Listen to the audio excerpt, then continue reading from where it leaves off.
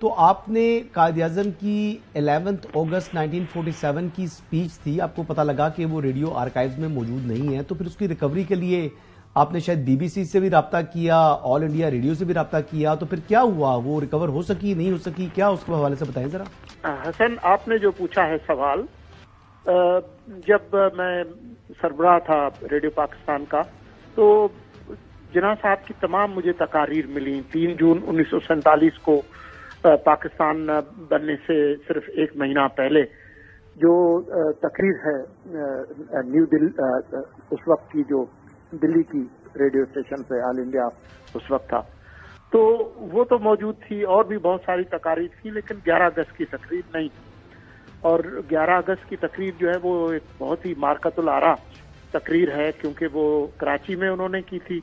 دستور ساز اسمبلی سے ان کا خطاب تھا، اور اس میں انہوں نے پورا نقشہ دیا تھا کہ پاکستان جب بنے گا تو اس کا سیاسی نظام کیا ہوگا، اس کے رہنما اصول کیا ہوں گے۔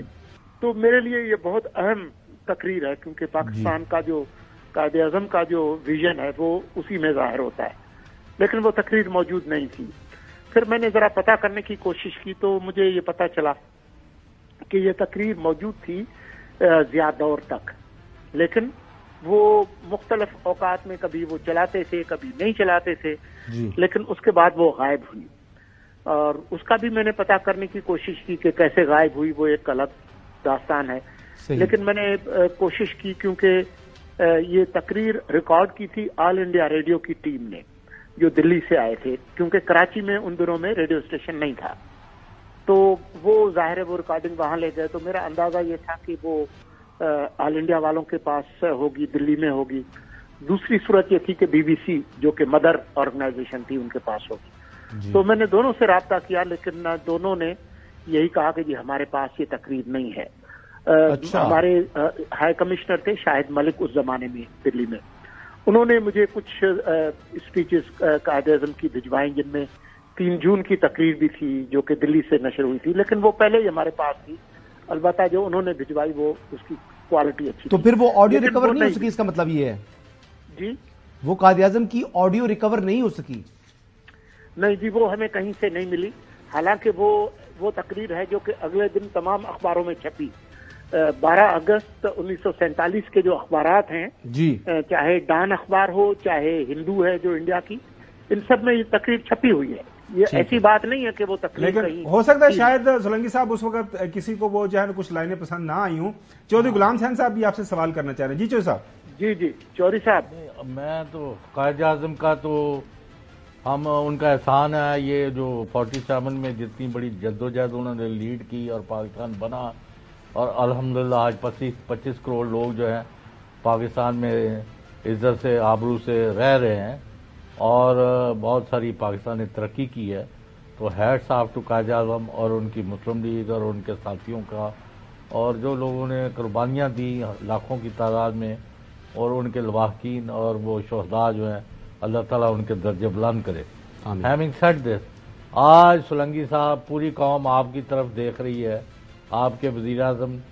آیا 8 فروری کو جو الیکشن ہے، جس طرح آپ نے پچھلے 1 ہفتے میں تماشا دیکھا ہے، کوئی کاغذ چھین کے جا رہا ہے، کوئی عورتوں کو مار رہا ہے، کوئی مردوں کو اٹھا کے لے کے جا رہا ہے، کسی کے گھر توڑے جا رہے ہیں، تو یہ کون سا فری فیئر امپارشل الیکشن ہے؟ جہاں تک کاغذ چھیننے اور اس کی بات ہے، یہ رپورٹس میں نے بھی دیکھی ہیں، اور میرے خیال میں الیکشن کمیشن نے بھی دیکھی ہیں۔ الیکشن کمیشن نے اس کا نوٹس لیا ہے۔ بجائے اس کے کہ میں اس پہ کوئی تبصرہ کروں، بہتر ہوگا کہ میں الیکشن کمیشن کے فیصلے کا جی بالکل سولنگی صاحب، بالکل صحیح آپ کا جواب ہے۔ ایک اور قائد اعظم کی مشہور زمانہ تقریر ہے، اور مختلف اوقات میں انہوں نے سول سرونٹ سے بھی بات کرتے ہوئے، میرے سامنے ایک ریفرنس ہے سولنگی صاحب 25 مارچ 1948 کا،